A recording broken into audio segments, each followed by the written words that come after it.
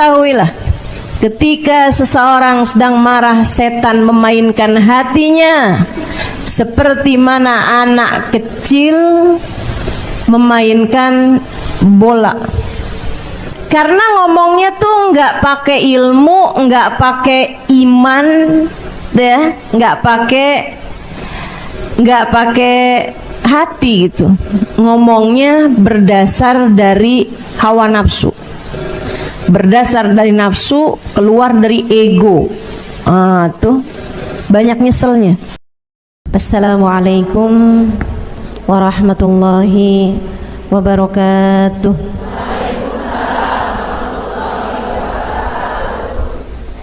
Alhamdulillah, wassalatu wassalamu ala rasulillah Muhammad ibn Abdillah wa ala alihi wa sahbihi wa man wala.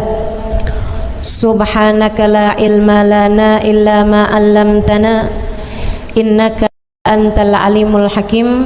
Rabbi shrah li sadri wa yassir li amri wahlul 'uqdatan min lisani yafqahu qawli, amma ba'du. Baik, sebelum kita mulai, kita akan baca niat belajar bersama-sama. Mudah-mudahan ilmunya nanti sekali lagi jadi ilmu yang manfaat buat kita sekalian. Bismillahirrahmanirrahim. Nawaitu ta'allum wa ta'lim wan naf'a wal intifa' wal mudzakarah wat tadhkir wal ifadah wal istifadah wal hidza ala tamassuk bi kitabillah wa sunnati rasulillah sallallahu alaihi wa alihi wasallam wa du'a ilal huda والدلالة على الخير ابتغاء مرضاته وقربه وثوابه وحسن الخاتمة مع اللطف والعافية وصلاح العاقبة برحمتك يا أرحم الراحمين. La hadratin Nabi Muhammad sallallahu alaihi wasallam wa alihi washabihi azwaji wa dzurriyyati wa ahli baiti wasallimu jamil anbiya wal mursalin wal kulli ajma'in. Anna Allah yaghfiruhum wa yarhamuhum wa ya'li darajatihim fil jannah wa yanfa'una barakatihim wa asrarihim wa anwarihim wa ulumihim wa nafaatihim fid din wa dunya wal akhirah. Al-Fatihah, baca bersama-sama. A'udzu billahi minasy syaithanir rajim. Bismillahirrahmanirrahim. Alhamdulillahi rabbil alamin. Ar-Rahmanir Rahim. Maliki yaumiddin. Iyyaka na'budu wa iyyaka nasta'in. Ihdinas siratal mustaqim. Siratal ladzina an'amta 'alaihim ghairil maghdubi 'alaihim waladdallin. Amin. Taqabbalallahu minna wa minkum, taqabbal ya karim. Kenapa kita banyak salah kalau ngomong? Karena kita kalau ngomong dari nafsu kita, dari keinginan kita. Kita pengen ngomong, kita ngomong, gitu kan? Banyak salahnya nih akhirnya. Mudah-mudahan Allah selalu bimbing kita, insya Allah. Amin. Makanya orang yang paling banyak salahnya itu yang banyak ngomong dari hawa nafsunya. Kalau ngomongnya berdasar dari ilmu, kayak guru lagi ngajar, nah itu lain. Karena ngomongnya berdasar dari ilmu. Kayak orang tua lagi nasehatin anaknya, nah itu banyak benernya. Karena dia ngomong kalau nggak berdasar dari ilmu, kalau nggak berdasar dari pengalaman, iya kan? Tapi kalau udah orang lagi bertengkar, nah itu nggak sempet mikir ilmu tuh. Orang lagi berantem tuh, orang lagi bertikai, nah itu kalau ngomong nggak sempet ngomongnya, nggak sempet mikir ilmu. Makanya banyak salahnya. Cobain, ibu-ibu yang kerjaannya suka marah-marah mulu tuh, cobain sekali kamu marah dan direkam. Ya, saya saranin ini beneran ini terapi pengendalian marah.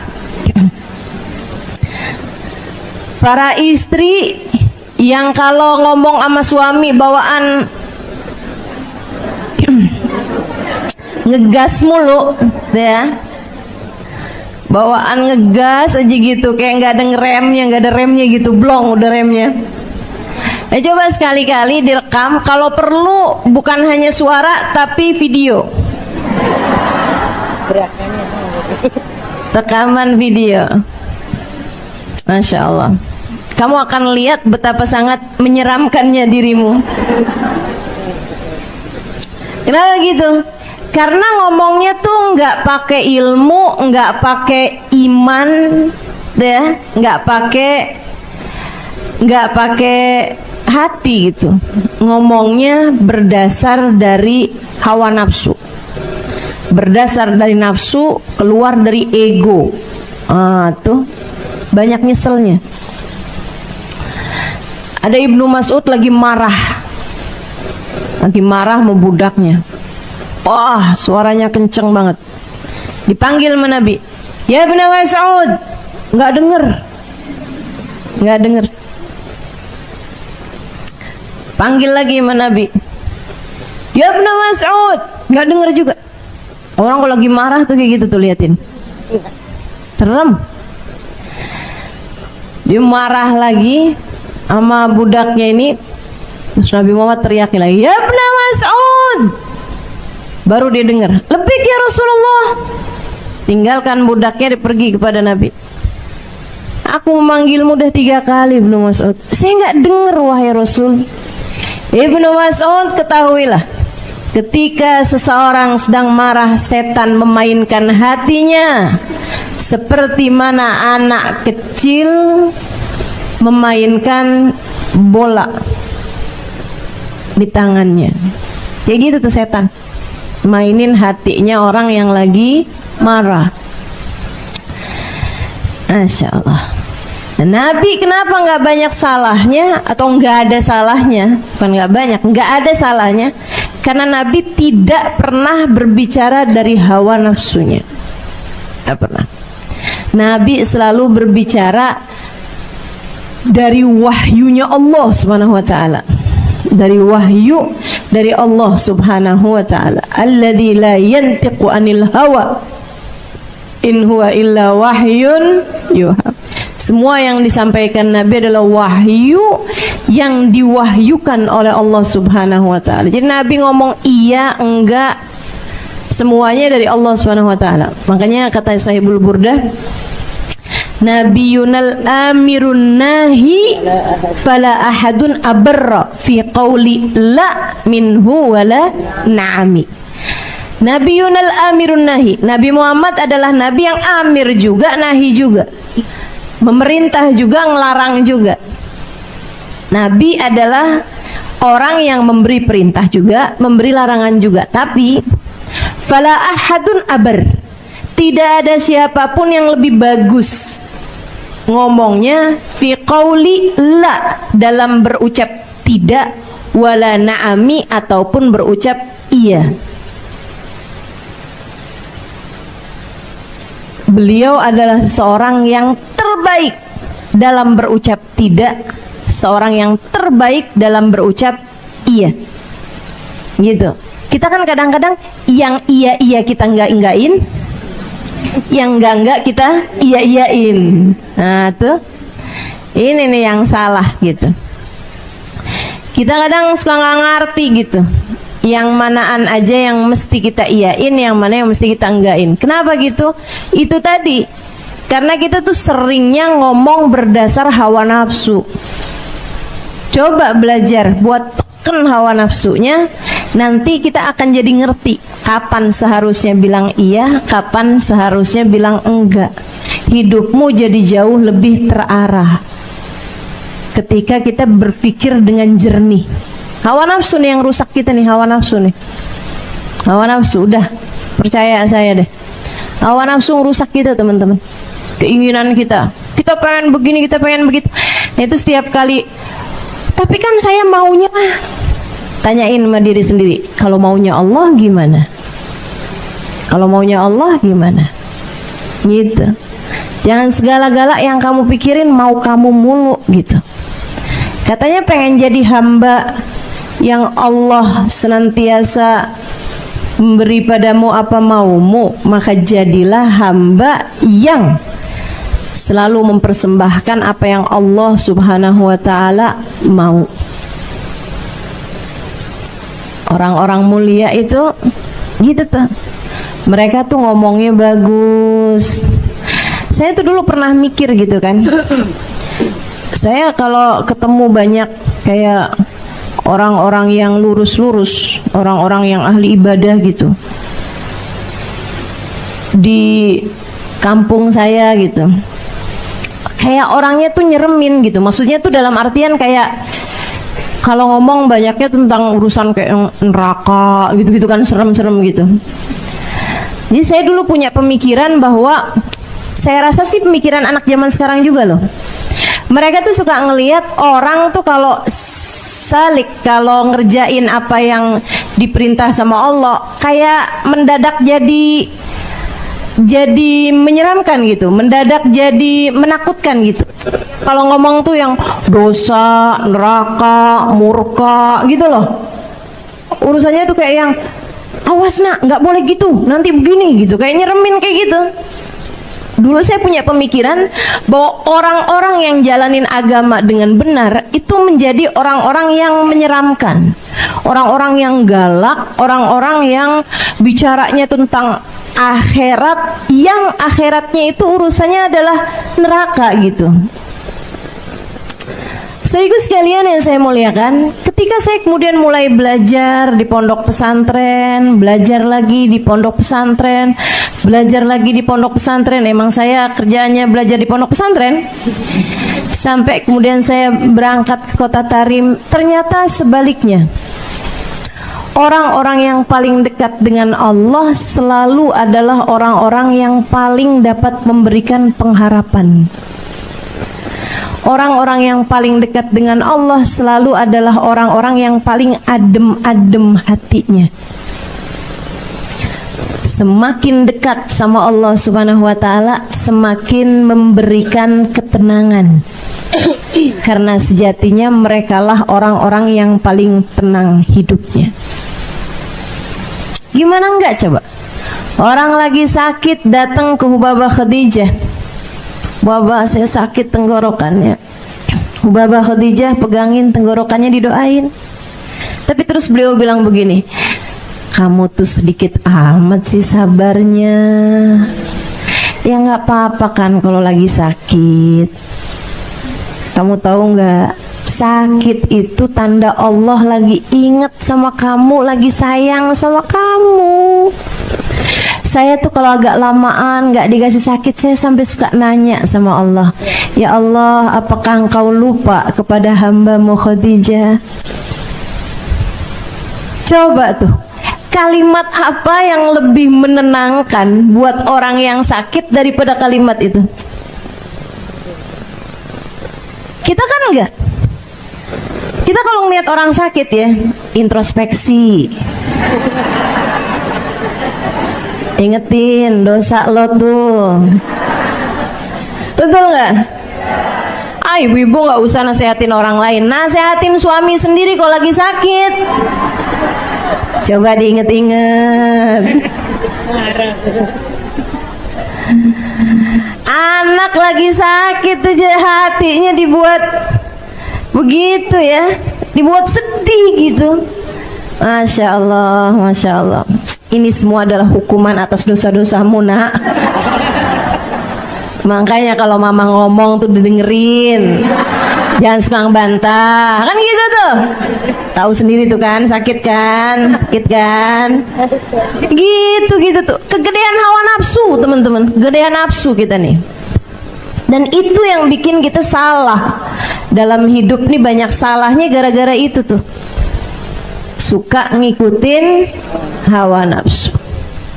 Kalau mereka ini hamba-hamba tercinta di sisi Allah Subhanahu wa taala, bener mulu ngomongnya, karena ngomongnya nggak dari nafsu, tapi dari hati yang bercahaya dengan cahaya iman, cahaya ilmu, cahaya pengalaman, cahaya kedekatan dengan Allah Subhanahu wa taala. Gak ada yang lebih ngerti, gak ada yang lebih pinter, gak ada yang lebih faham selain Allah. Maka Allah akan menjadikan hamba yang dekat dengannya menjadi faham, menjadi mengerti, menjadi tahu segala sesuatu. Kayak baginda kita Nabi besar Muhammad sallallahu alaihi wasallam. Selalu benar terhadap ucapannya. Semuanya gitu.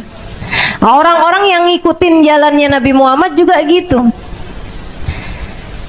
Sampai saya ingat nih ucapannya Farazdak. Farazdak itu seorang penyair kaliber, penyair nomor 1 di negeri Arab pada masa tabi'in, masa sesudah masanya sahabat. Nggak menangin Nabi Muhammad, nggak dapetin masa hidupnya Nabi. Dia hidup di masanya para sahabat sebagai seorang tabi'in.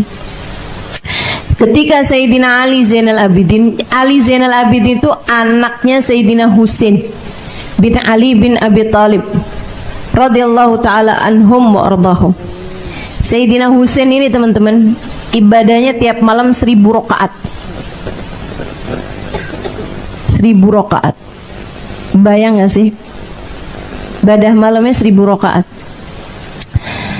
Bersama dengan itu hatinya merunduk sampai kayak yang kalau orang sebut-sebut neraka gitu, kayak yang saya tuh gitu.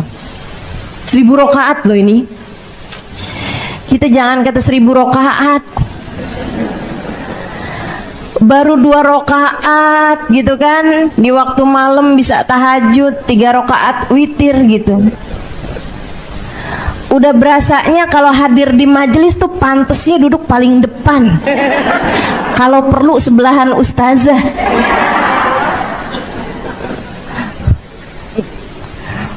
Masya Allah, Masya Allah. Ini ada orang sholatnya tiap malam 1000 rakaat. Kalau disebut tentang neraka kayak ngerasa yang paling pantas buat masuk neraka. Hati luar biasa bener kalau bercahaya. Saudaraku sekalian saya muliakan, satu hari beliau lagi mengerjakan ibadah haji di tahun yang sama. Khalifah, pemimpin di zaman tersebut, kayak presiden di zaman itu yang membawahi seluruh khilafah Islamiyah, bukan hanya di Saudi Arabia, bukan, tapi Mesir masuk, Yaman masuk, ya, semua negara-negara Arab nih di bawah kepemimpinan dia ini nih, khalifahnya nih, presidennya nih. Itu teman-teman lagi melaksanakan ibadah haji juga, tapi emang zaman itu tuh masih banyak yang soleh ya. Presiden haji itu nggak pakai dihalau orang, nggak pakai nih khalifahnya mau tawaf kosongkan Ka'bah gitu, nggak pakai tuh kayak gitu.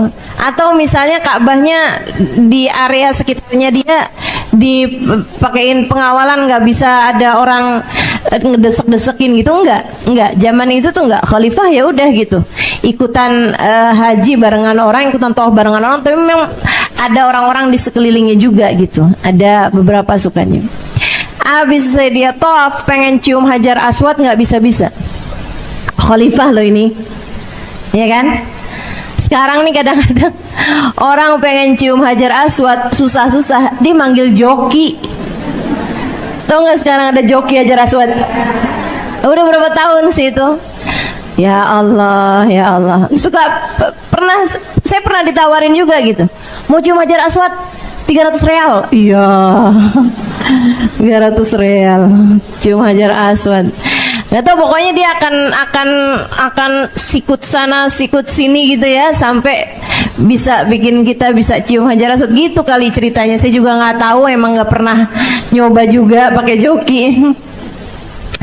Itu teman-teman sekalian, Khalifah mau nyium Hajar Aswad, rame banget, penuh banget, dia nggak bisa tuh. Di saat lagi kayak begitu, tiba-tiba dari arah masjid mau menuju ke Ka'bah, datang Ali Zainal Abidin. Ini urusannya pengawalan langit. Nah, ini lain nih, kalau orang-orang pakai pengawalan langit, pakai jalur langit nih, kita nggak bisa ada yang nyaingin. Kalau udah orang sama Allah dikasih jalurnya jalur langit, dan nggak ada yang bisa ngalahin. Allah kalau udah mau naikin orang, nggak ada sesiapa pun bisa nurunin orang. Kalau udah lewat jalur langit, dijatuhkan sama Allah, nggak ada yang bisa naikin. Urusan jalur langit memang udah nggak ada lawan. So ikut sekalian saya muliakan, ini hamba-hamba jalur langit Sayyidina Ali Zainal Abidin bin Husain bin Fatimah bintun Nabi sallallahu alaihi wasallam. Begitu dia masuk aja ke area Mataf, ke area pelataran Ka'bah, itu dari tempat dia berdiri langsung jalanannya sepi sampai ke Hajar Aswad. Langsung ada jalur, langsung bisa lihat Hajar Aswad, kosong Hajar Aswadnya langsung. Orang-orang tuh kayak awas gitu. Khalifah lihat dong, siapa nih, kata Khalifah, siapa ada orang yang dimuliain sampai segitunya sama orang? Siapa dia orangnya yang sampai membuat semua mata tertunduk, semua kepala patuh sama dia ini gitu. Dia liatin orangnya kayak biasa-biasa aja tampilannya, nggak pakai imamah gede-gede, jenggotnya nggak yang panjang kayak apaan gitu. Ya, biasa tampilan para habaib-habaib gitu tuh. Baju sederhana, segala sederhana gitu kan. Dia nanya sama orang-orang di samping-sampingnya, siapa dia? Kata Khalifah nih, ternyata orang-orang di sampingnya nih memang orang-orang yang biasa deket sama pejabat, yang kadang-kadang suka nggak mau kalau si pejabat ini ngerasa rendah hati, ada orang ngerasa minder, ada orang yang dimuliain lebih daripada dia gitu. Suka ada penyakitnya nih, penyakitnya orang yang deket sama orang besar. Dia nggak mau kalau orang besar itu jadi merasa rendah karena ada orang lain yang dibesarkan lebih daripada dia. Ini penyakitnya nih, penyakitnya orang deket sama pejabat gitu ya. Suka nutupin kritik-kritik dari rakyat yang gitu-gitulah. Mudah-mudahan Allah selamatkan kita semuanya dari penyakit-penyakit yang nggak bener. Dia bilang kayak gini, dia kenal. Cuma dia bilang, tahu tuh siapa sih tuh? Kayak nadanya tuh kayak yang songong amat, siapa sih tuh? Gitu. Nadanya kayak yang siapa sih emang? Pura-pura nggak kenal. Pura-pura nggak kenal. Pak Rozdak pas kebenaran banget ada di situ. Dia bilang, oh kamu nggak tahu siapa dia? Saya tahu. Hadzal ladzi ya'riful batha'a wat'atuhu wal urbu ya'rifuhu wal haramu.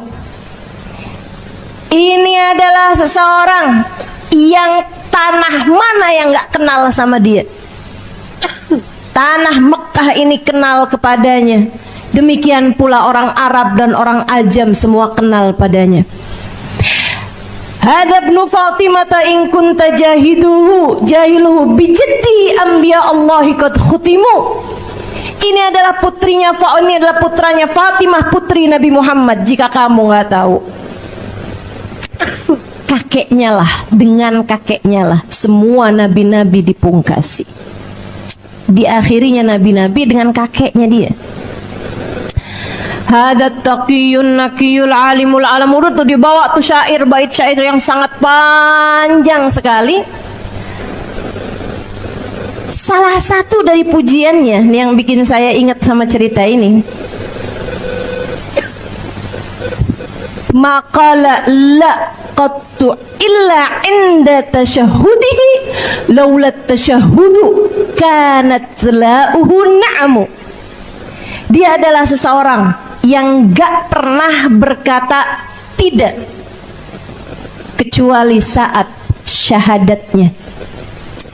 Andai tidak karena syahadat, la-nya akan berubah juga menjadi na'am.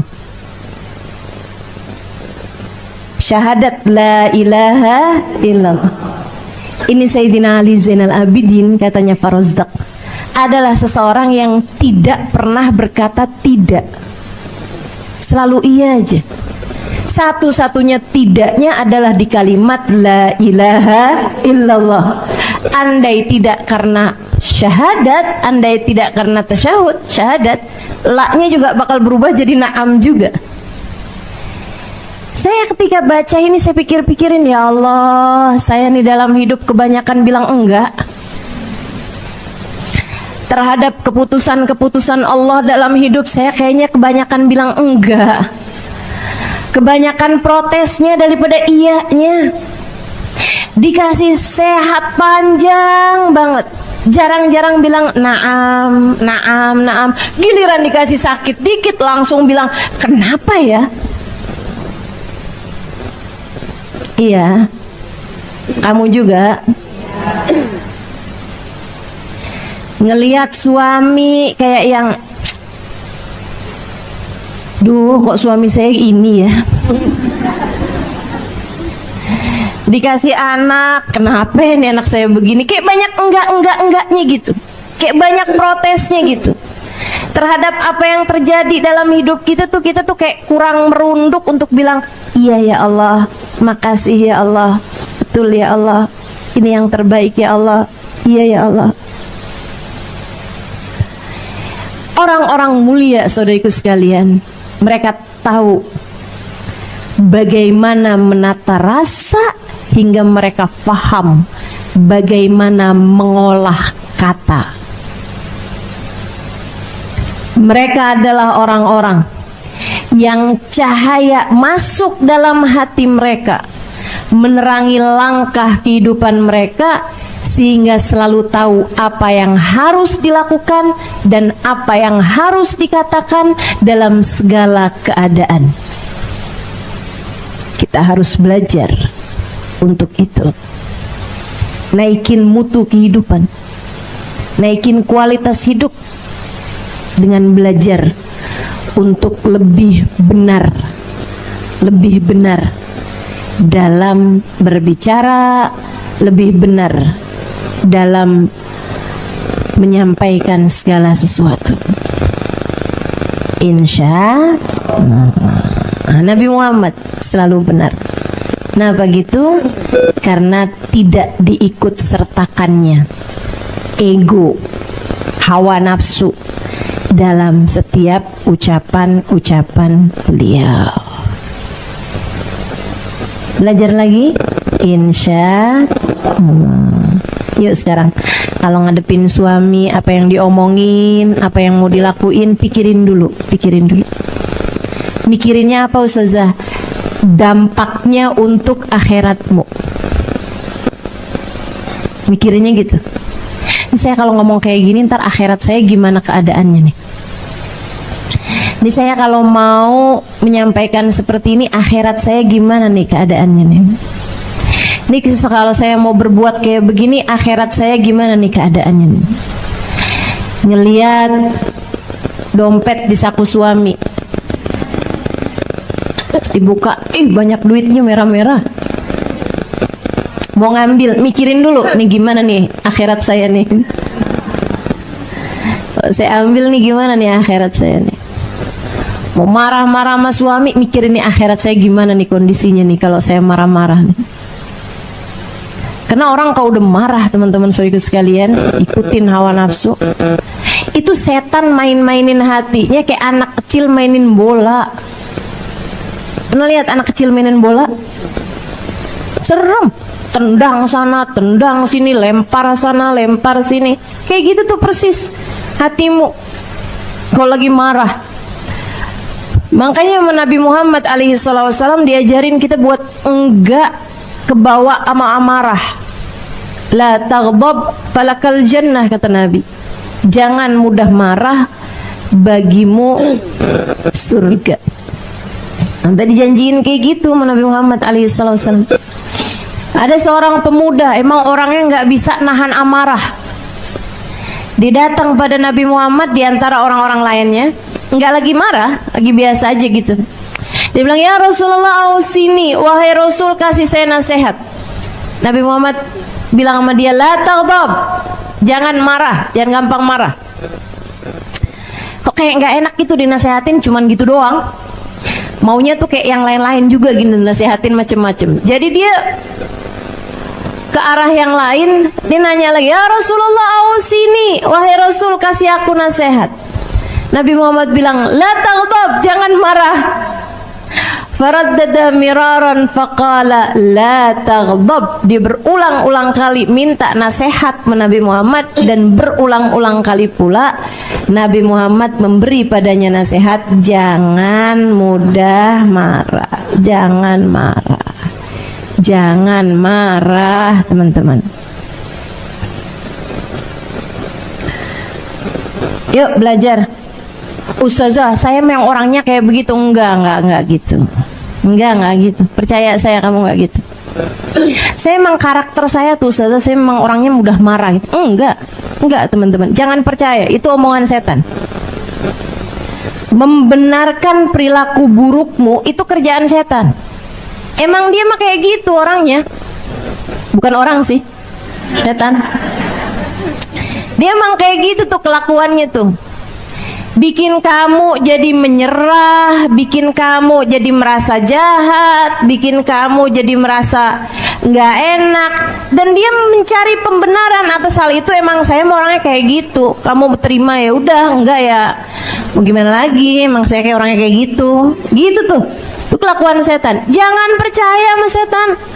Wa nafas wa syaitan fa'sihima wa in huma mahabakan nusha fattahimi. Kata Sohibul Burdah, setan maha hawa nafsu, jangan percaya, biar kayak kelihatannya nasehatin sekalipun. Kayaknya lagi nasehatin gitu. Ya, enggak. Jangan percaya. Setan maha hawa nafsu, emang kerjaan menyesatkan kita, teman-teman. Kenapa saya bisa bilang kayak begitu? Karena saya aslinya itu gampang banget buat marah. Saya nih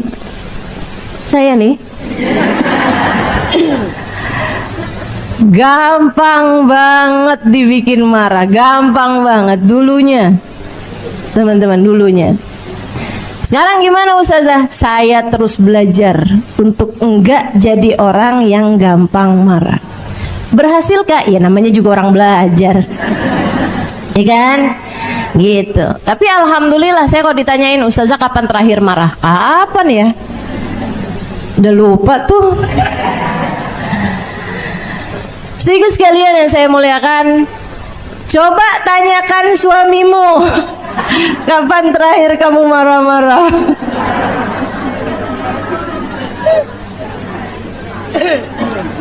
Dan mari terus belajar.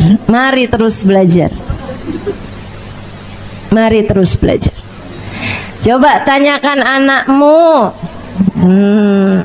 coba tanyakan saudaramu. Jangan sampai anak tuh bilang kayak gini, itu jangan sampai bikin mama marah. Mama kalau marah serem. Gak banyak tuh anak-anak ngomong gitu tuh. Gak banyak. Yuk belajar terus. Gimana cara belajarnya itu tadi? Jangan biarkan setan itu menguasai hati kita gitu.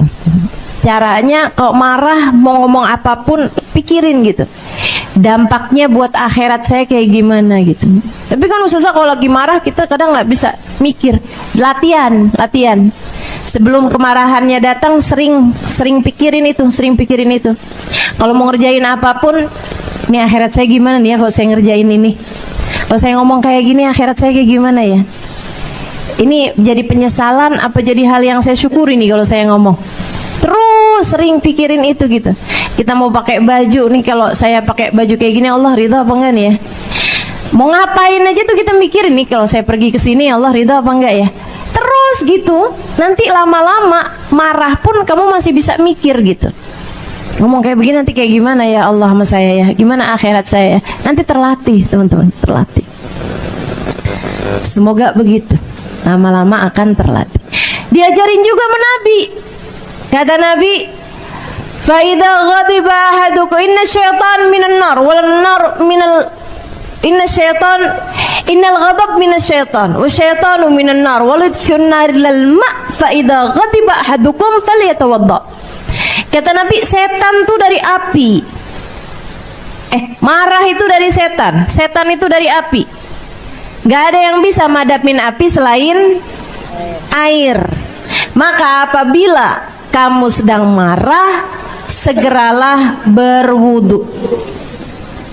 Diajarin sama Nabi.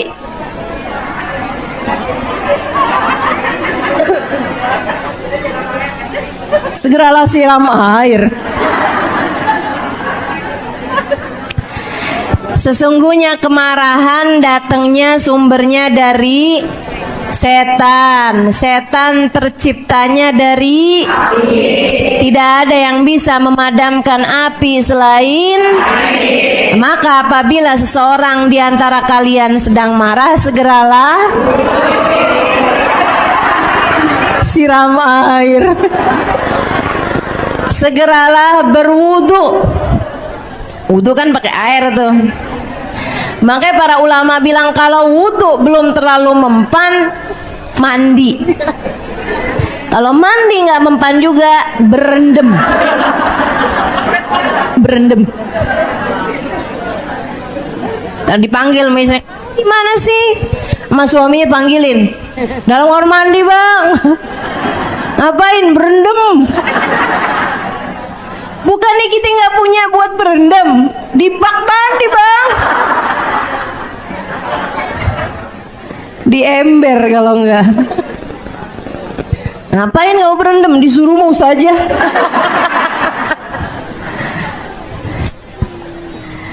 Aduh.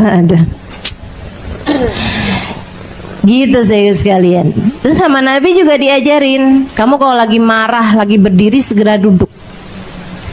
Kalau marahnya lagi duduk, segeralah berbaring. Beneran ini. Pindah ke posisi yang lebih rileks. Orang kalau lagi marah tuh, inget-ingetin. Ini ya, ini salah satu tips and trick dari orang yang udah belajar dalam mengalahkan kemarahannya. Yuk, diamalin. Buat siapapun yang gampang marahan, nih ilmunya. Emang belajar mah kayak gitu. Belajar tuh bukan cuman urusan-urusan sholat, ibadah. Mengalahkan kemarahan itu sesuatu hal yang harus kita pelajari. Jadi kalau kamu lagi marah tuh, kalau lagi datang marah di saat kamu duduk, jangan berdiri. Kebanyakan orang seperti itu, karena memang dikuasai hawa nafsu, dikuasai nama setan tuh kayak gitu tuh. Lagi duduk ngelihat HP suami atau kelihatan HP suami, udah transfer sayang, waduh, biasanya langsung sontak berdiri tuh, apa? Wah,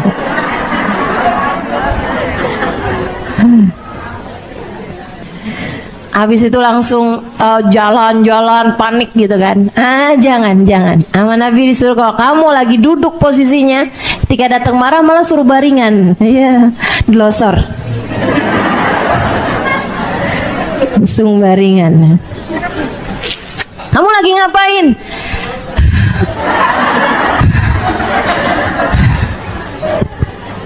Marah ternyata. Yuk belajar menguasai kemarahan, biar hidup nggak banyak nyeselnya. Amin.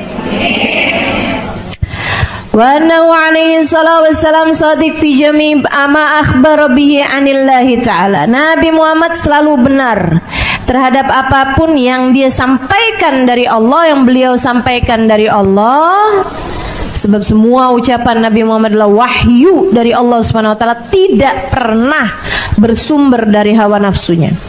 Minas sirat, ketika beliau mengabarkan tentang jembatan sirat, saya udah terangkan ini ya di pertemuan yang lalu. Betapa tipisnya jembatan sirat, lebih tipis daripada rambut, lebih tajam daripada pedang.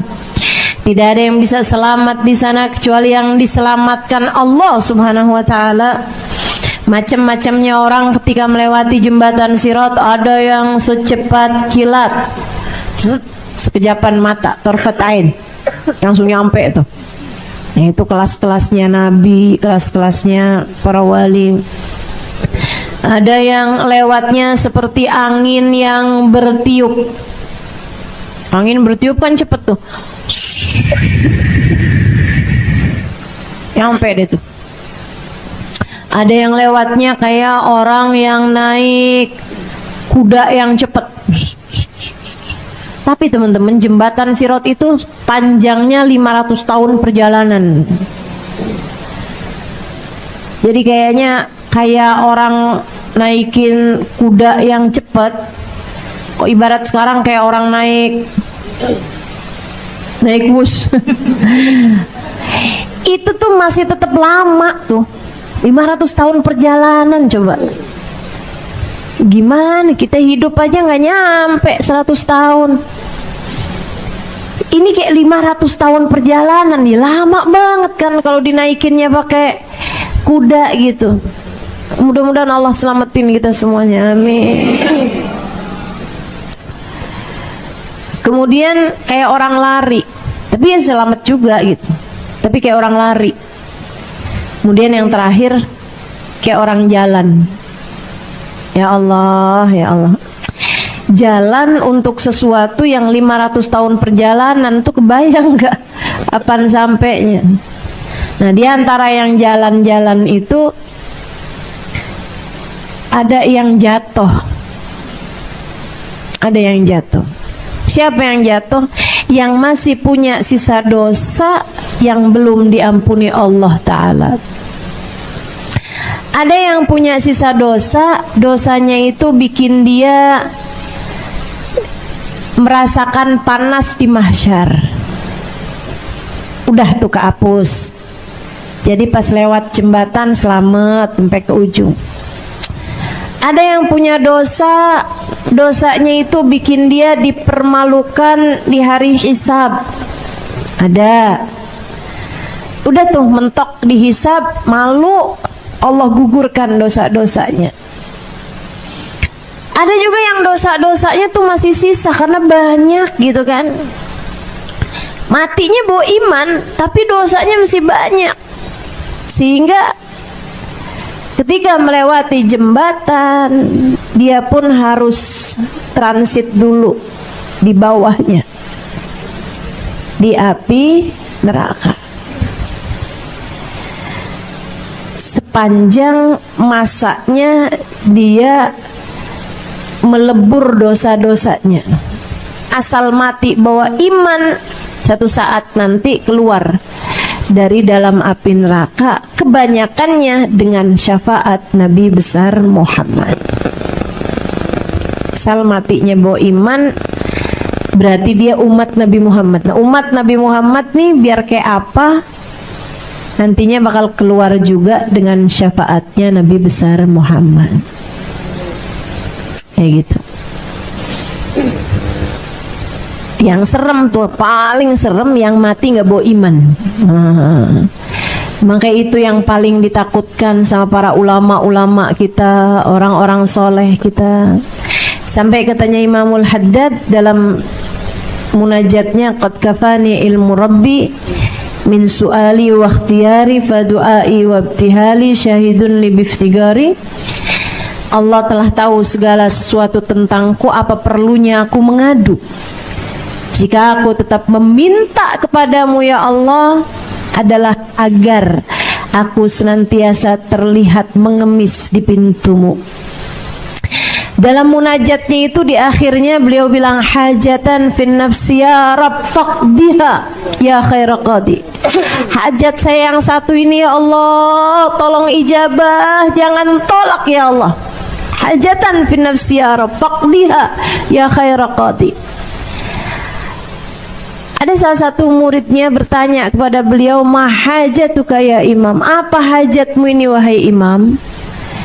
Kayak pengen tahu gitu hajatnya orang sekelas Imam Al-Haddad, wali min auliyaillah, buta tapi hafal Quran, hafal ribuan hadis Nabi Muhammad, hafal, beliau nyaris hafal kitab Ihya, teman-teman. Ini gimana ceritanya? Kalau bukan wali min auliyaillah nggak bisa nih. Ini ilmu laduni namanya. Bahkan beliau ketika nulis banyak-banyak kitab itu dalam keadaan buta, saudaraku sekalian. Dan beliau ketika mau menuliskan salah satu hadisnya Nabi besar Muhammad sallallahu alaihi wasallam, beliau nggak tahu hadis ini sahih apa enggak, hadis ini benar Nabi Muhammad mengucapkannya atau enggak. Langsung nanya sama Nabi Muhammad sallallahu alaihi wasallam. Ini orang dengan kualitas hidup yang semacam itu nggak pernah bikin dosa. Fa innahu mahfud, karena beliau adalah orang yang terjaga. Kalau Nabi itu namanya maksum, terjaga dari berbuat dosa. Kalau para wali itu mahfud tuh saudaraku sekalian, terjaga juga, tapi di bawahnya maksum. Kalau maksum tuh udah benar-benar mustahil berbuat dosa. Kalau mahfud terjaga dari berbuat dosa, Allah menjaganya sehingga tidak berbuat dosa. Ini para wali-walinya Allah SWT ketika bilang hajatan fin nafsi ya Rabb, hajat yang satu ini ya Allah faqdiha ya khaira qadi, kabulkan ya Allah hajat saya yang satu ini, tolong kabulkan ya Allah. Pengen tahu dong kita hajatnya wali itu apa sih?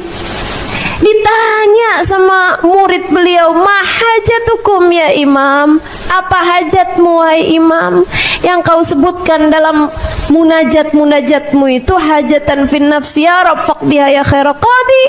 Imamul Haddad runduk kemudian berkata, hajati an amut ala husnil khatimah, hajatku adalah aku mati dengan bawa iman.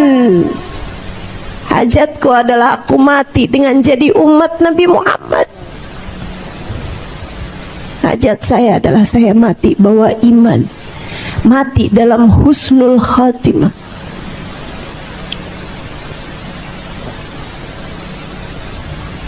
Kita kadang-kadang kalau kayak doa, ya Allah iman Islam tetepin dalam hati ya Allah, kayak yang ya iyalah, masa hidup aja beriman, masa sih mati nggak beriman gitu.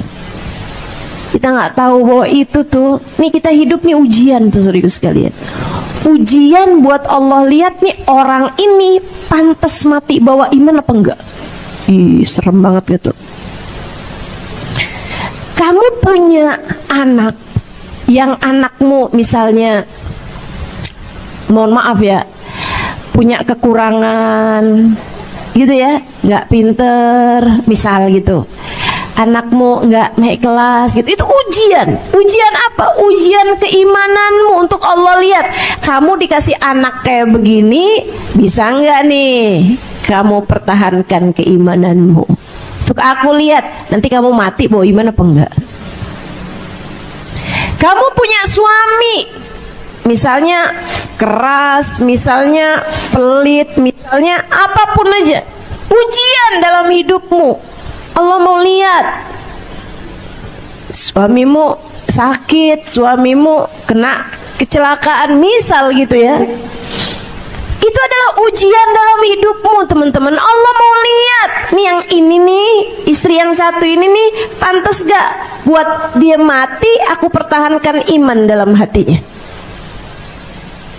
Apapun yang datang dalam hidup kita nih teman-teman, kamu lagi dikasih sakit, kamu lagi dikasih sulit, kamu lagi dikasih apapun ujian, hasilnya bahwa imankah dirimu itu saat kematian. Allah mau lihat, Allah mau lihat pantas nggak nih iman dia bawa nih, berhasil nggak nih.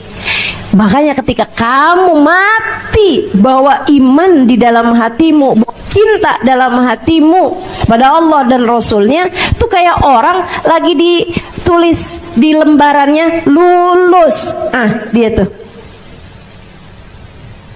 stempel kelulusan dalam hidupmu adalah kamu mati dengan membawa iman. An amut ala husnil khatim.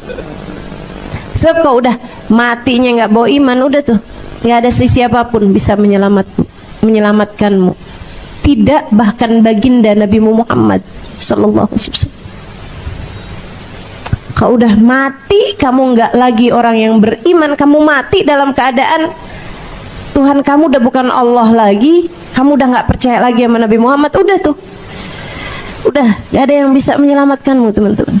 Makanya hati-hati dalam hidup nih, hati-hati sama suami yang benar, sama anak yang benar, sama keluarga yang benar. Jangan putus silaturahim sama keluarga, sama kerabatmu tuh yang baik-baik, sama tetangga yang baik, sama orang yang baik.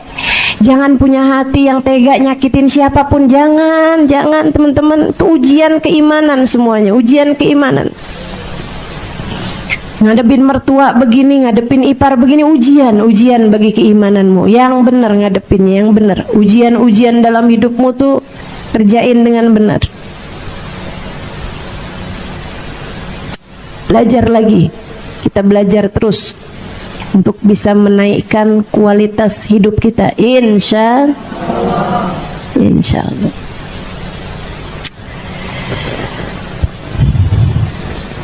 Tuh. Jembatan sirat, minas sirat, mudah-mudahan selamat semua. Karena kalau nggak selamatnya di dunia nih, apa-apanya masih ada untungnya. Coba tuh, rumah kita kemalingan, kita masih bisa bilang untung aja.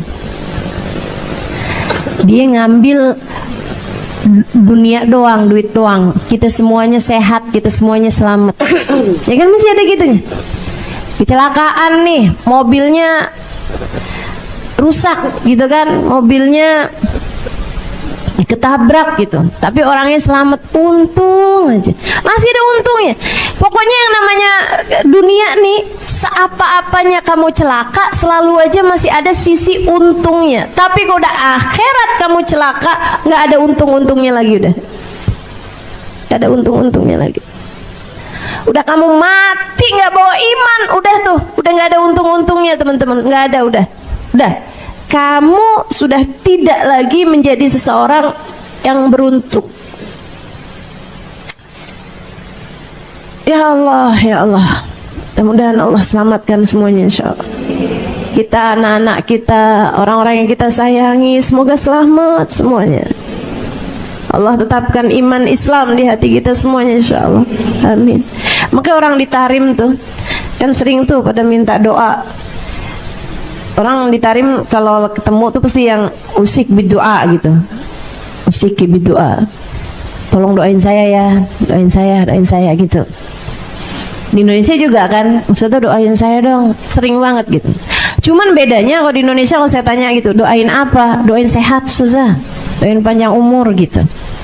Kalau di Tarim kalau saya tanya gitu, minta doa apa? Husnul khatimah gitu. Mereka kayaknya lebih ngerti gitu ya, apa yang harus diminta. Kita yang diminta cuma sebatas urusan dunia.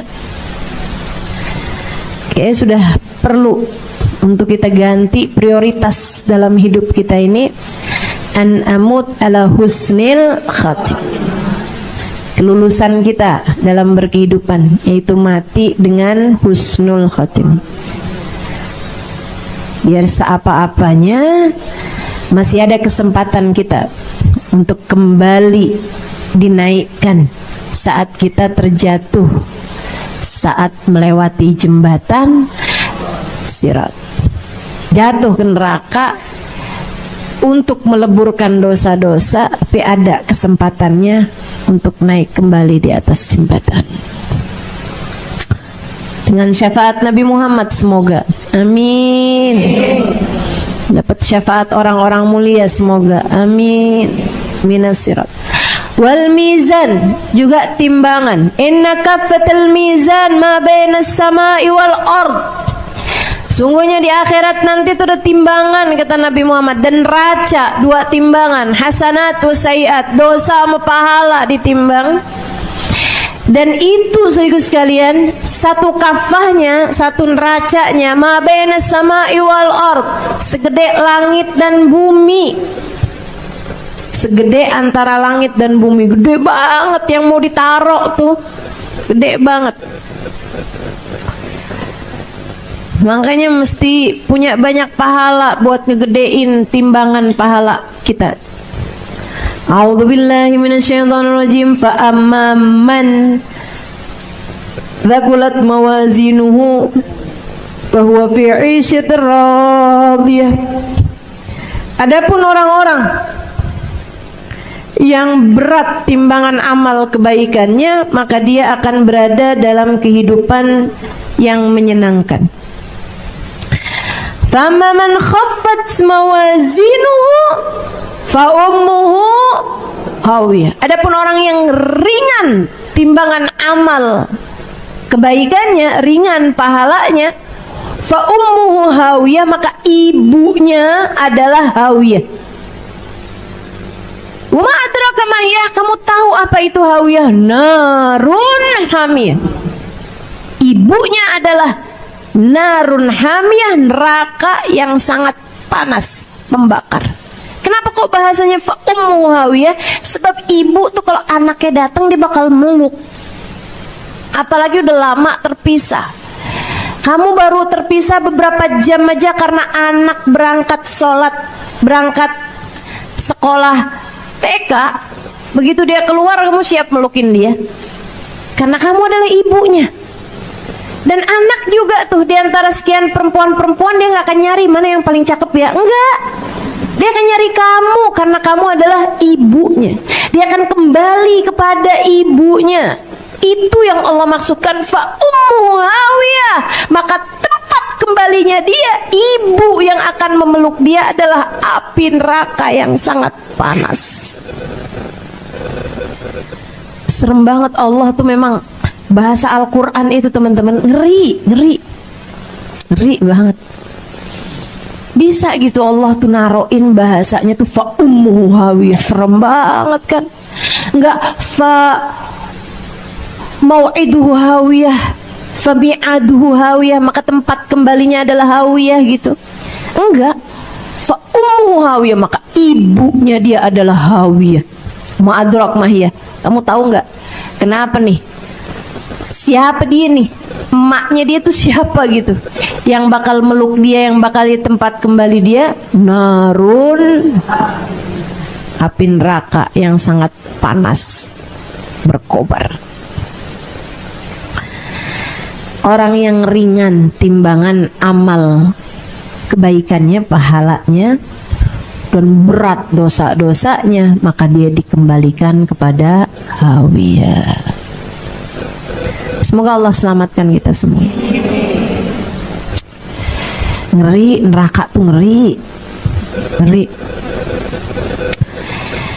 Ya Allah, ya Allah.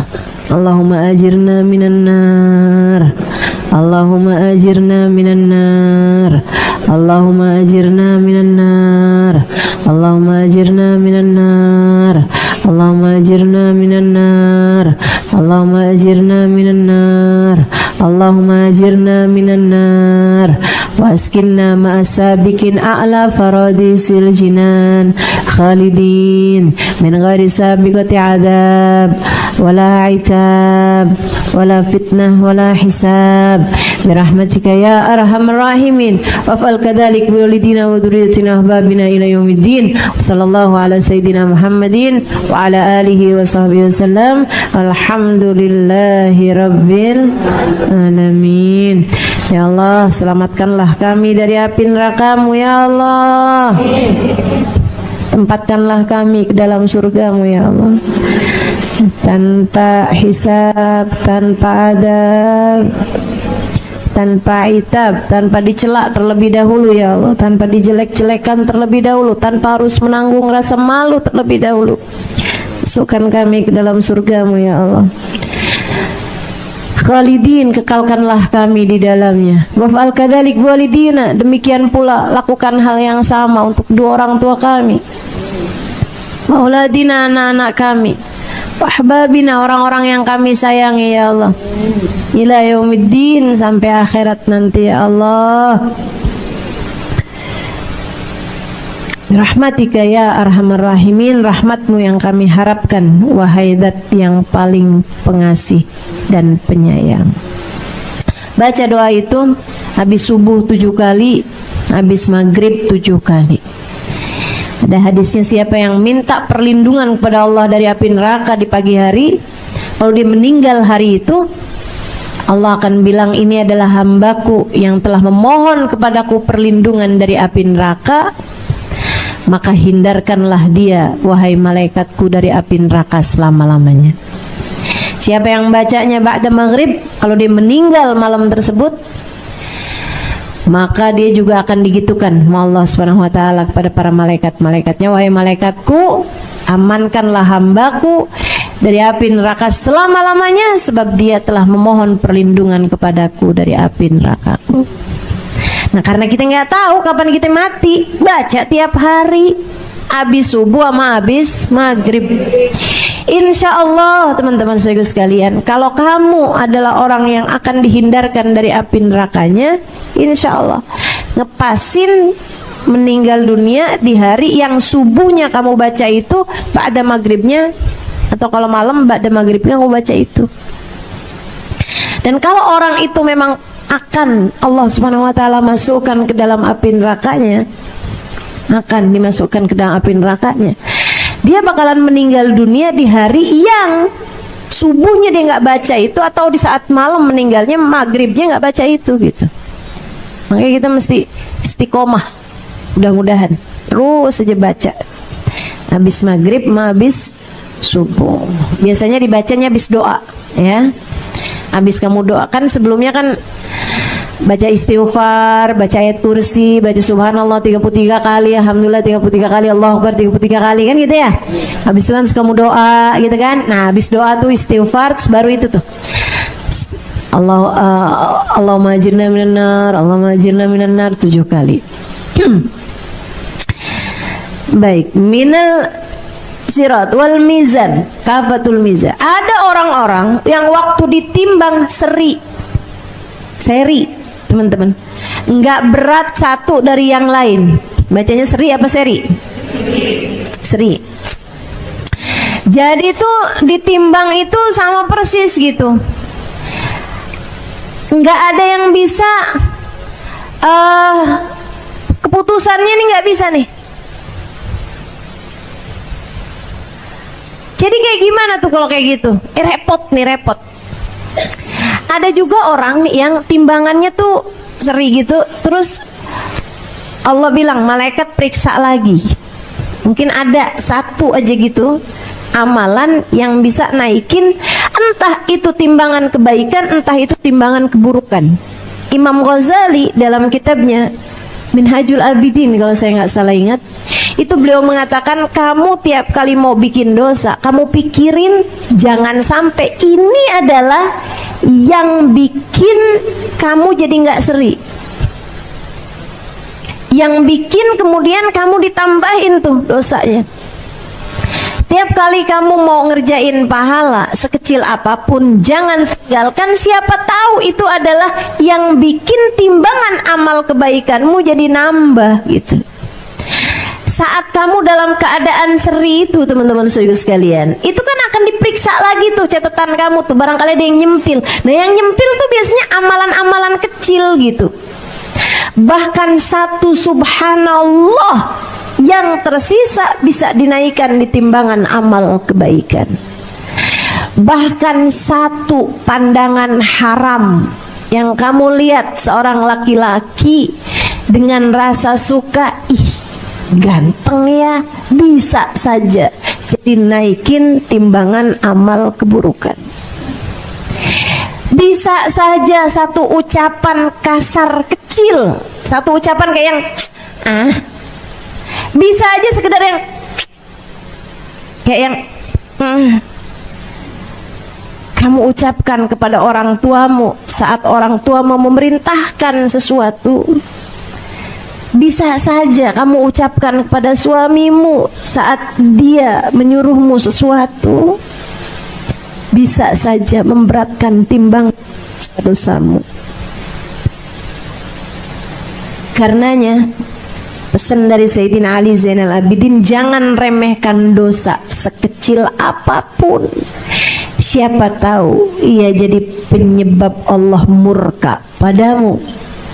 Jangan remehkan kebaikan sekecil apapun. Siapa tahu ia jadi penyebab Allah sayang padamu. Kita nggak tahu. Itu mizan. Ada lagi orang seri nih timbangannya nih, nggak berat satu, nggak berat yang lain. Pas banget 50-50. Malaikat periksa, udah semuanya udah ditimbang. Kalau gitu tunda, biarin dulu nih, biarin dulu. Saya mesti gimana nih nasib saya nih, katanya yang ditimbang nih. Yaudah gini aja dah, silahkan kamu jalan-jalan di mahsyar. Ngapain? Saya disuruh jalan-jalan ngapain? Minta sumbangan. Coba tuh, disuruh minta sumbangan. Ini Imam Ghazali ceritain nih. Kalau nggak di Minhaj, kalau nggak di Ihya, teman-teman, di Ihya kayaknya, di Ihya, Ihya Ulumuddin, 5 jilid tuh ya. Itu baru ngeliat kitabnya aja udah males bacanya. Tebel banget. Tapi ya belajar mah harus kan, segede apapun. Nah itu tuh ada tuh di kitab itu. Boleh aja sih kalau yang Ustazah ngomong beneran apa enggak sih, ini ada dalilnya apa enggak sih. Silakan dibuka kitabnya. Saya yakin temen-temen juga baru ngeliat kitabnya agak ngerti, udah percaya aja dah.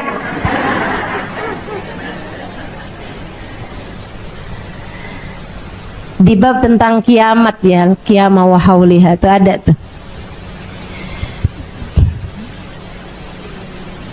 Kitab kelima kayak masalah. Nanti Imam Ghazali membahas hal ini teman-teman, tentang mizan. Ada orang timbangannya seri, dia pun kemudian sama Allah disuruh nyari sumbangan, gitu ya. Nah kalau di dunia mah udah nggak usah deh kita deh, jangan pernah minta orang. 1 titik hitam di akhirat bagimu setiap kali kamu minta. Jangan jadi orang selamitan, jangan jadi orang suka minta sama orang. Itu nanti 1 titik hitam di wajahmu di akhirat nanti. Ustazah kalau mintanya minta fallback gimana? Saudaraku sekalian yang saya muliakan, akhirnya ya emang mau gimana lagi gitu kan. Dia pun dengan pikiran putus asa di jalan juga gitu, di jalan ketemu sama anaknya. Dia bilang, alhamdulillah nak, mama ketemu kamu nak, mama minta tolong. Apaan mah? Mama nih lagi ditimbang nih amalnya kan. Terus seri nak, sumbang nape? Bagiin, gak usah banyak-banyak deh nak, asal lebih berat aja gitu. Apaan mah? 1 tasbih kamu kek, 1 sujud kamu kek gitu, apa aja gitu. 1 sholawatan kamu kek, apa aja. 1 sedekah kamu nak yang kamu sumbangkan gitu. Gak usah banyak-banyak, ayo nak kasih nak. Ingat gak nak, kamu tuh pernah ada di perut mama 9 bulan. Kata anaknya, gak inget mah, saya kan masih jadi janin. Teman-teman saya sekalian, anaknya kemudian bilang, ma, masalahnya kan saya juga gak tahu nih timbangan senter kayak gimana. Iya juga sih ya. Anak gak bisa nyumbang, suami gak nyumbang, orang tua nggak nyumbang karena mereka juga takut di padang mahsyar kan gimana kabar timbangan dia nih gitu, lagi sama-sama ditimbang, lagi masih perhitungan amal gitu. Di saat dia udah bertahun-tahun nyari sumbangan, itu mahsyar tuh urusannya nggak ada yang sebentar.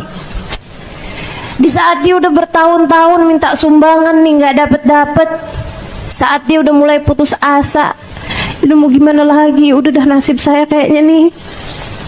Saat orang-orang udah pada masuk surga, kayaknya masih saya ada di timbangan aja nih urusannya. Tahu-tahu ada yang nanya, ngapain? Minta sumbangan. Oh, kenapa soalnya? Soalnya amal ibadah saya seri nih. Oh, kalau gitu punya saya aja dah. Lah, nemu. Ya udah punya saya aja dah. Yuk, kita bawa nih. Malaikat dapat nih. Oh iya. Amalan dia nih. Taruhin. Alhamdulillah, jadi berat kan? Laporan sama Allah. Ya Rob, dia udah bisa masuk surga nih karena timbangan amal kebaikannya udah lebih berat daripada dosa-dosanya. Kata Allah, dapat mana sumbangannya? Dapat dari fulan bin fulan. Kok kamu nyumbang? Kamu udah banyak ya pahalanya. Enggak ya Allah, justru atu-atunya. Ini bener nih, Ihya cerita begitu. Justru satu-satunya sedekah saya di dunia, satu-satunya kebaikan saya adalah bersedekah di dunia. Kata Allah, kenapa kamu mau mensedekahkannya sama orang? Ya Allah, daripada dua orang hamba mau masuk neraka, mendingan dah salah satu kayak gitu. Saya nggak akan masuk surga dengan satu saja amal ibadah saya dibandingkan dengan segitu banyak dosa-dosa saya. Maka biarkan dia masuk ke dalam surgamu ya Allah, biar ada yang selamat dengan amal ibadah saya ini. Kata Allah, kamu telah dermawan di hari yang tidak ada sesiapapun mau dermawan. Ketahuilah aku lebih dermawan daripada kamu, maka masuklah kamu ke dalam surgaku dengan kedermawananku. Ini katanya Imam Ghazali, sudah beliau cerita ini, bahkan di surga sekalipun kedermawananmu bermanfaat, bahkan di akhirat sekalipun kedermawananmu tetap akan memberi kemanfaatan. Makanya tuh, orang yang dermawan tempatnya dekat dengan surga. Orang dermawan tuh al-karim. Al-karim garibun minallah, garibun minal jannah, ba'idun, garibun minallah, garibun minan nas, garibun minal jannah, ba'idun minan nar. Orang yang dermawan dekat sama Allah, dekat sama orang, dekat sama surga, gitu kan? Jauh dari neraka. Orang yang pelit jauh dari Allah, jauh dari orang, jauh dari surga, dekat sama neraka. Nah itu tinggal kamu lihat tuh, kamu tipe orang yang bagaimana. Mudah-mudahan Allah jadikan kita semuanya dermawan.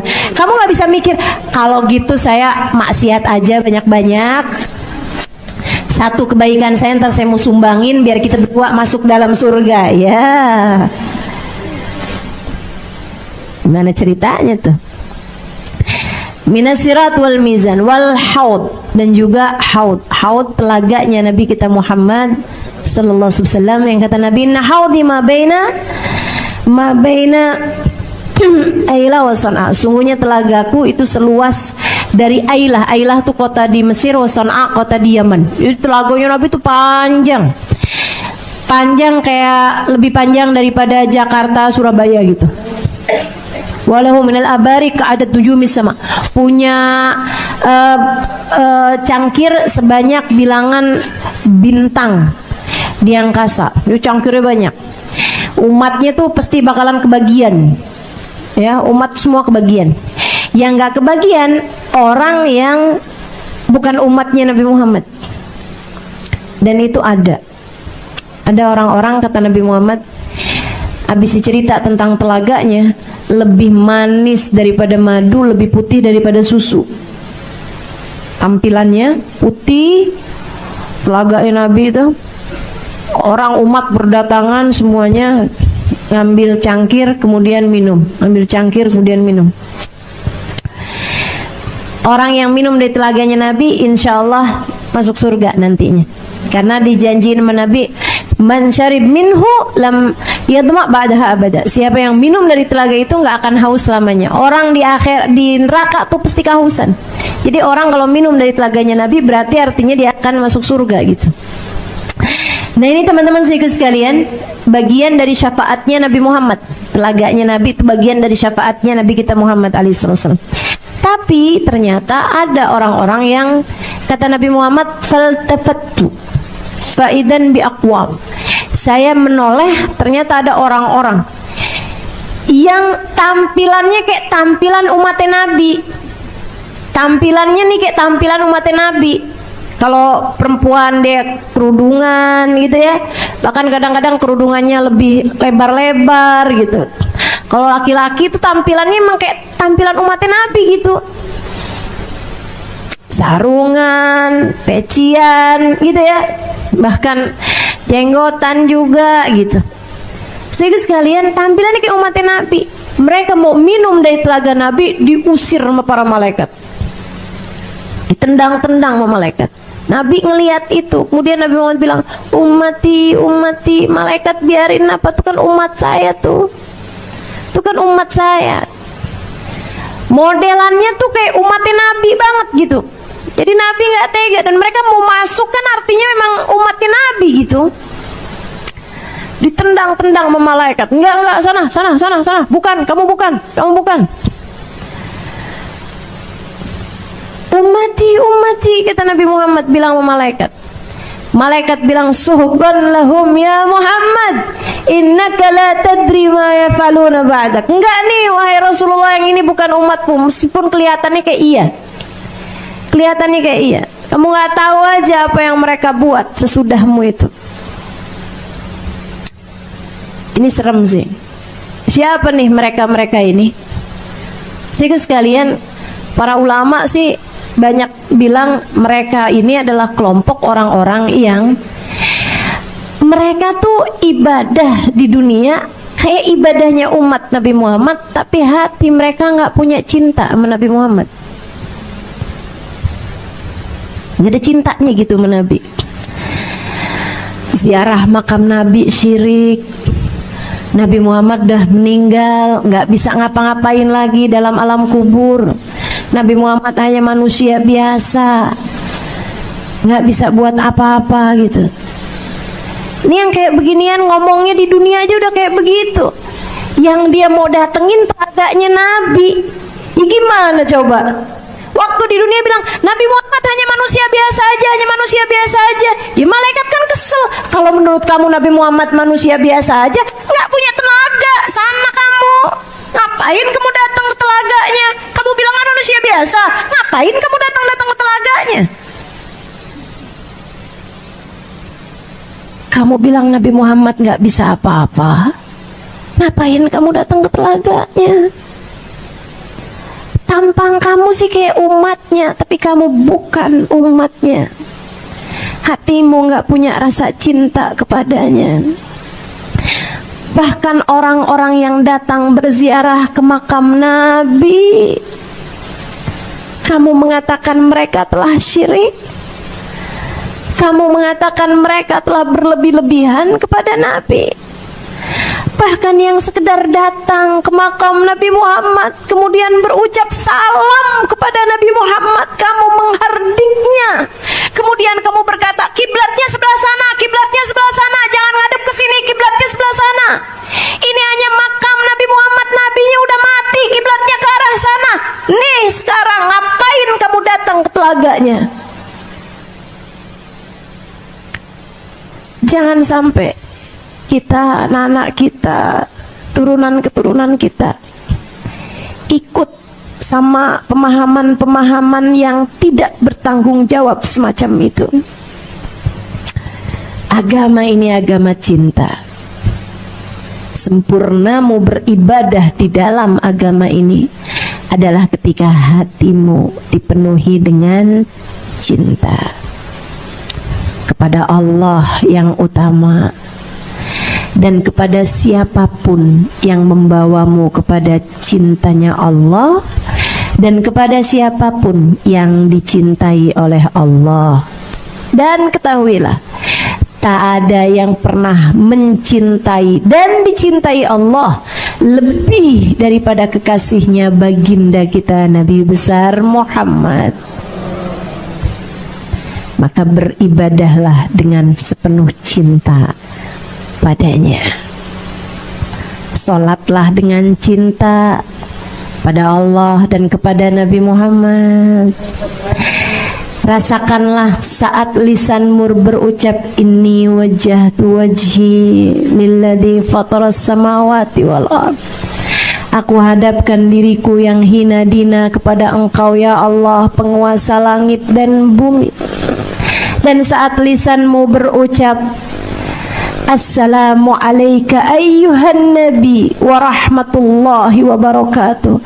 Salam untukmu wahai seorang nabi dan rahmat Allah senantiasa tercurahkan kepadamu wahai kekasih kami baginda Nabi besar Muhammad. Assalamualaikum warahmatullahi wabarakatuh.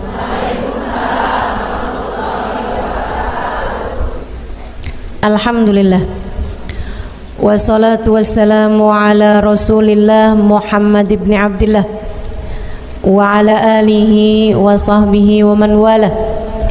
Subhanaka la ilma lana illa ma 'allamtana innaka antal alimul hakim. Rabbi shrah li sadri wa yassir li amri wahlul 'uqdatan min lisani yafqahu qawli, amma ba'du.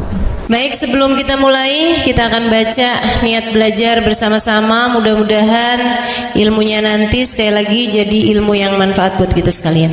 Bismillahirrahmanirrahim. Nawaitu ta'allum wa ta'lim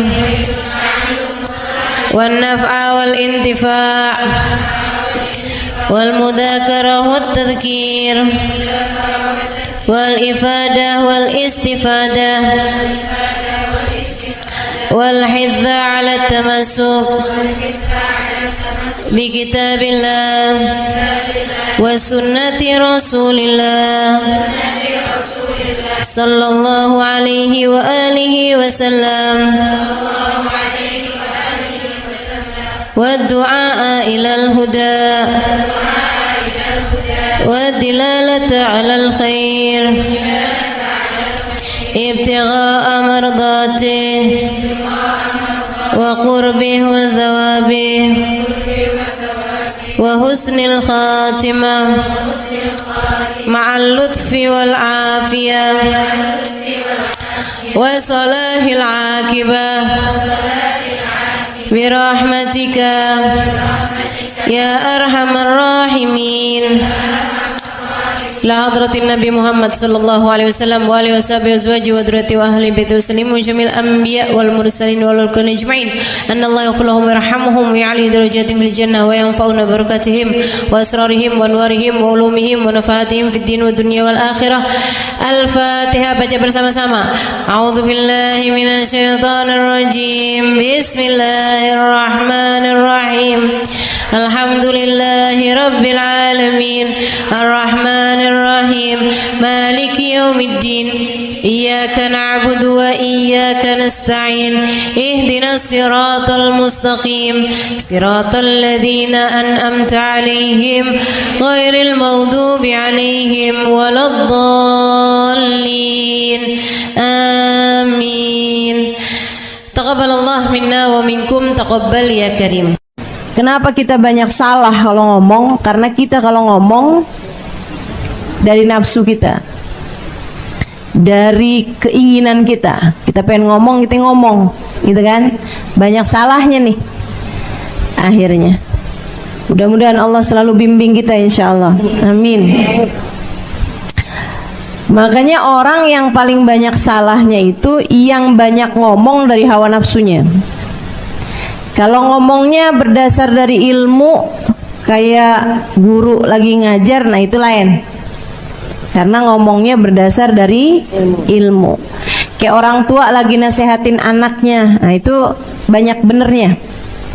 Karena dia ngomong kalau nggak berdasar dari ilmu, kalau nggak berdasar dari pengalaman, iya kan? Tapi kalau udah orang lagi bertengkar, nah itu nggak sempet mikir ilmu tuh.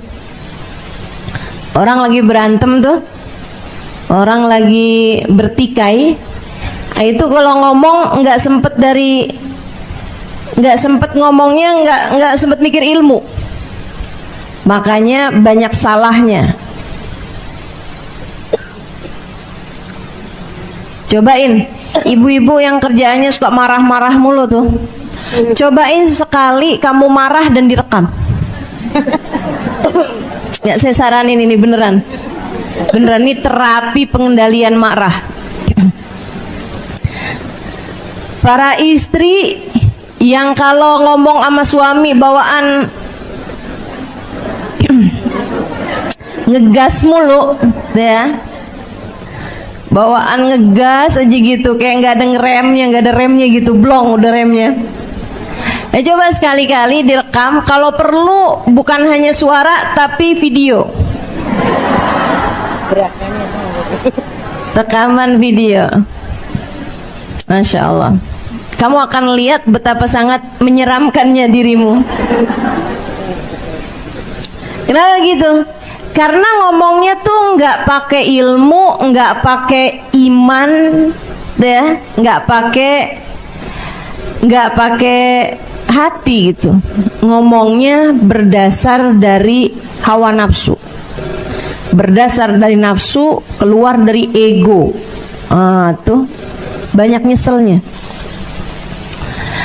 Ada Ibnu Mas'ud lagi marah sama budaknya.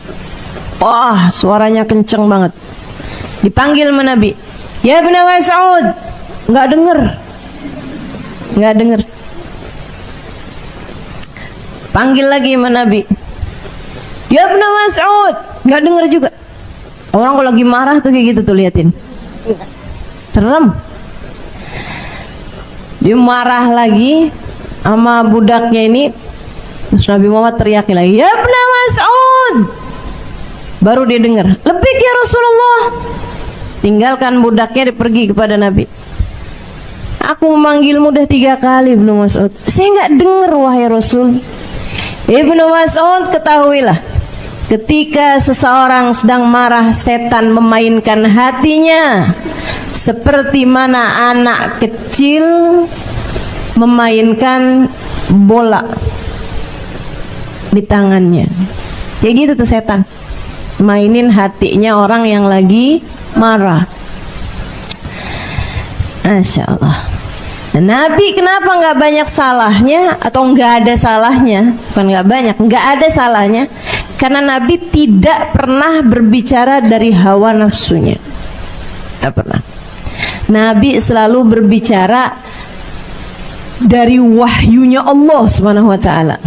Dari wahyu dari Allah Subhanahu wa ta'ala. Alladzi la yantiqu anil hawa in huwa illa wahyun yuha. Semua yang disampaikan Nabi adalah wahyu yang diwahyukan oleh Allah Subhanahu wa ta'ala. Jadi Nabi ngomong iya, enggak, semuanya dari Allah Subhanahu wa ta'ala. Makanya kata Sahibul Burdah, Nabiyunal amirun nahi fala ahadun abarra fi qawli la minhu wala na'ami. Nabiyunal amirun nahi. Nabi Muhammad adalah nabi yang amir juga, nahi juga, memerintah juga, ngelarang juga. Nabi adalah orang yang memberi perintah juga, memberi larangan juga. Tapi fala ahadun abar, tidak ada siapapun yang lebih bagus ngomongnya fi qauli la, dalam berucap tidak, wala na'ami, ataupun berucap iya. Beliau adalah seseorang yang terbaik dalam berucap tidak, seorang yang terbaik dalam berucap iya. Gitu. Kita kan kadang-kadang yang iya kita enggak-enggakin, yang enggak kita iya-iyain. Nah tuh, ini nih yang salah gitu. Kita kadang suka nggak ngerti gitu, yang manaan aja yang mesti kita iyain, yang mana yang mesti kita enggakin. Kenapa gitu? Itu tadi, karena kita tuh seringnya ngomong berdasar hawa nafsu. Coba belajar buat tekan hawa nafsunya, nanti kita akan jadi ngerti kapan seharusnya bilang iya, kapan seharusnya bilang enggak. Hidupmu jadi jauh lebih terarah ketika kita berpikir dengan jernih.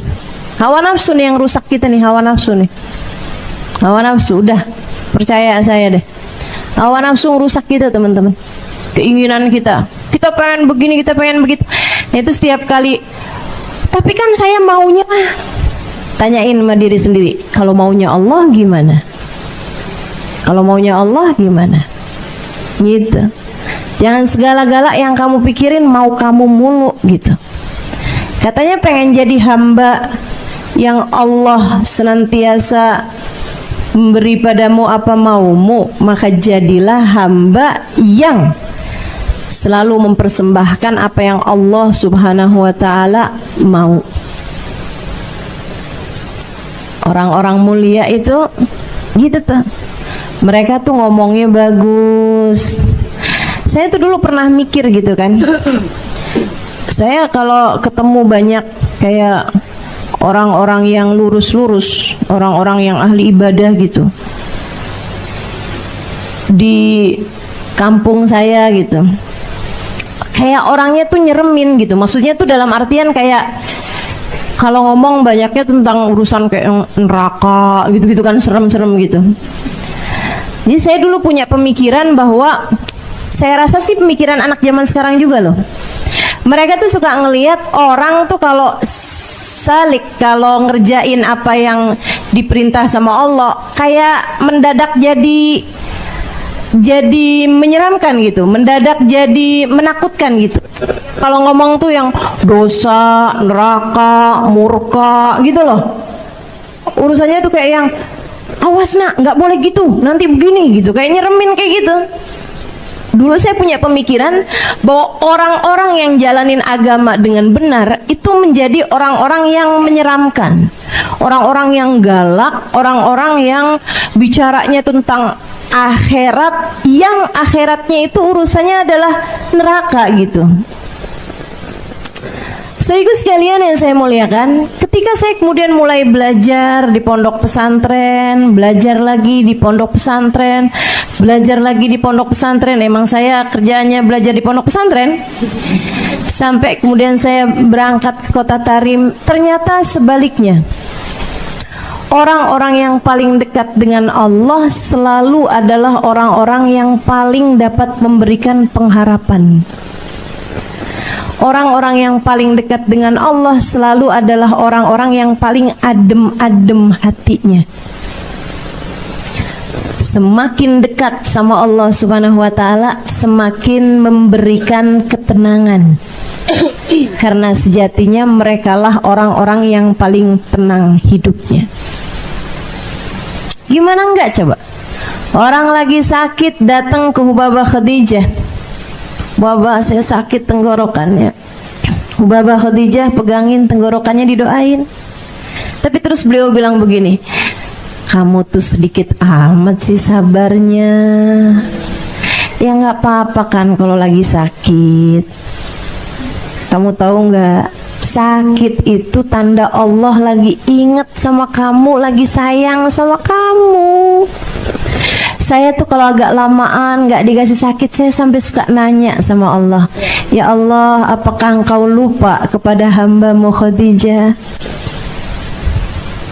Coba tuh, kalimat apa yang lebih menenangkan buat orang yang sakit daripada kalimat itu?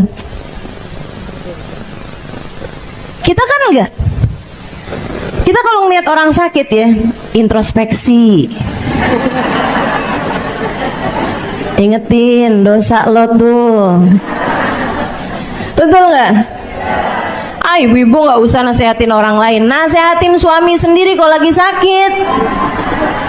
Coba diinget-inget. Anak lagi sakit aja hatinya dibuat begitu ya, dibuat sedih gitu. Masya Allah, Masya Allah. Ini semua adalah hukuman atas dosa-dosamu, nak. Makanya kalau mama ngomong tuh didengerin, jangan suka bantah, kan gitu tuh.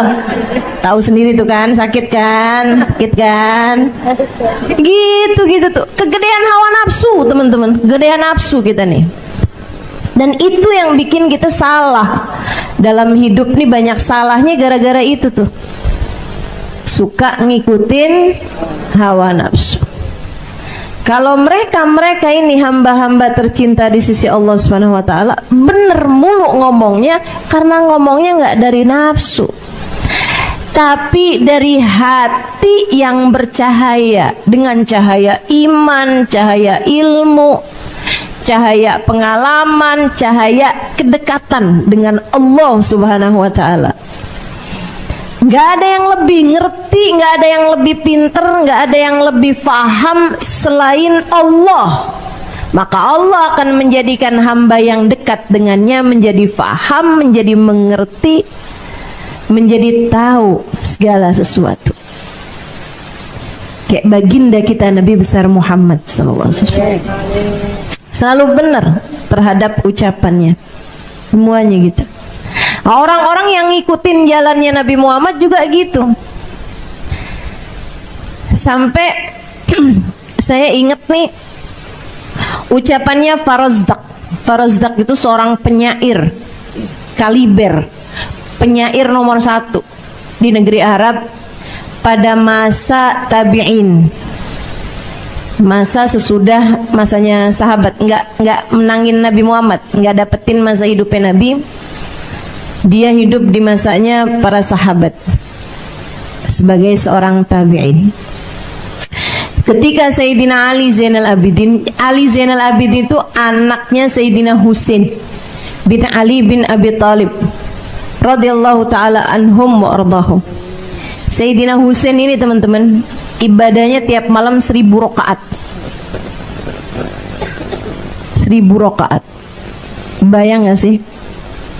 Ibadah malamnya 1000 rakaat. Bersama dengan itu hatinya merunduk sampai kayak yang kalau orang sebut-sebut neraka gitu, kayak yang saya tuh gitu. 1000 rakaat loh ini. Kita jangan kata 1000 rakaat, baru 2 rakaat gitu kan, di waktu malam bisa tahajud, 3 rakaat witir gitu. Udah berasanya kalau hadir di majelis tuh pantesnya duduk paling depan. Kalau perlu sebelahan ustazah.